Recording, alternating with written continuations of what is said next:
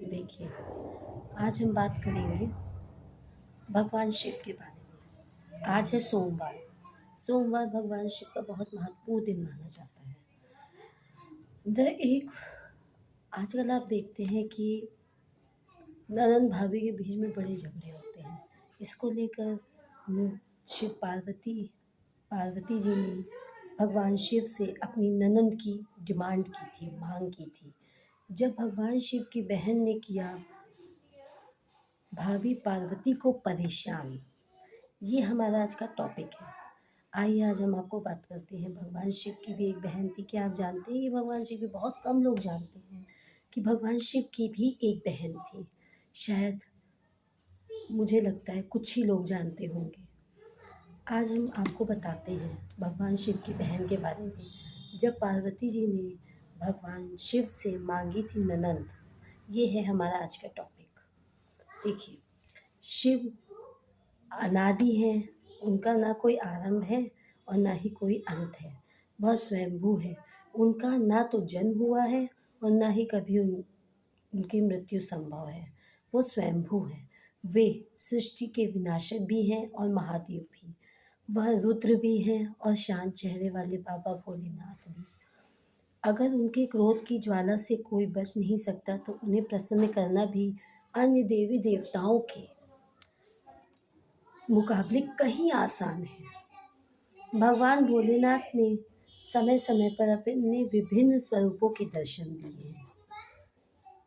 कभी वे वीरभद्र तो कभी उन्होंने नटराज रूप धारण किया, कभी वे काल भैरव बने और कभी अर्धनारीश्वर बनकर अपने भक्तों के बीच प्रसिद्ध हुए।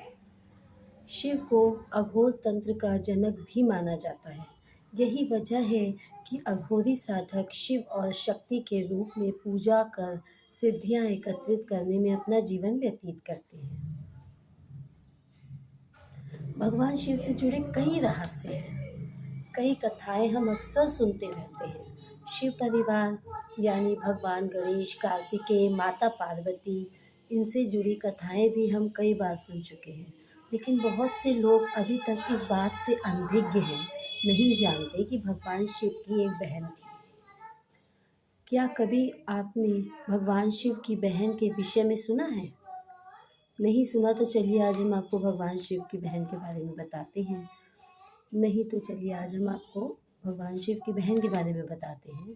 यानी शिव की बहन असावरी देवी माता पार्वती से जुड़ी एक अद्भुत कथा सुनाते हैं। पौराणिक कथा के अनुसार जब माता पार्वती भगवान शिव से विवाह कर कैलाश पर्वत पर आई, तब वे कई बार उदास बैठी रहती थी, अकेलापन महसूस करती थी। पौराणिक कथा के अनुसार जब माता पार्वती भगवान शिव से विवाह कर कैलाश पर्वत पर आई थी, तो वह बहुत शांत स्वभाव की थी। वो चुपचाप बैठी रहती थी, अकेलापन महसूस करती थी। तो माता पार्वती ने भगवान शिव तो अंतर्यामी हैं, उन्होंने माता पार्वती के मन को पढ़कर उनकी उदासी का कारण तो जान लिया, लेकिन फिर भी उन्होंने पार्वती जी से उदासी का कारण पूछा तो माता पार्वती ने उनसे कहा कि उन्हें एक ननंद चाहिए। माता ने कहा, काश मेरी कोई ननंद होती।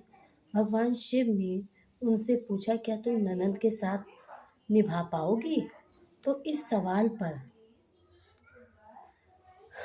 माता पार्वती जी ने जवाब दिया, क्यों नहीं निभा पाऊंगी? ननंद से मेरी क्यों नहीं बनेगी? आप मुझे ननंद ला के दीजिए। भगवान शिव ने उनसे कहा, ठीक है, मैं तुम्हें एक ननंद लाकर देता हूँ। भोले बाबा ने अपनी माया से एक स्त्री उत्पन्न की। वह स्त्री बहुत मोटी और भद्दी थी, उसके पैर भी फटे हुए थे। भगवान शिव ने पार्वती से कहा, ये लो देवी, आ गई तुम्हारी ननंद। इनका नाम असावरी देवी है। माता पार्वती अपनी ननंद को देखकर बहुत खुश हुई। वे जल्दी जल्दी उनके लिए भोजन का प्रबंध करने लगी। असावरी देवी ने स्नान के पश्चात भोजन की मांग की तो देवी पार्वती ने स्वादिष्ट भोजन अपने सामने परोस दिया। असावरी देवी सारा भोजन चट कर गई और सारा अन्न भी खा गई। इस बीच असावरी देवी को शरारत सूझी। उन्होंने देवी पार्वती को अपने फटे हुए पैरों की दरारों में छुपा लिया, जहाँ उनका दम घुटने लगा।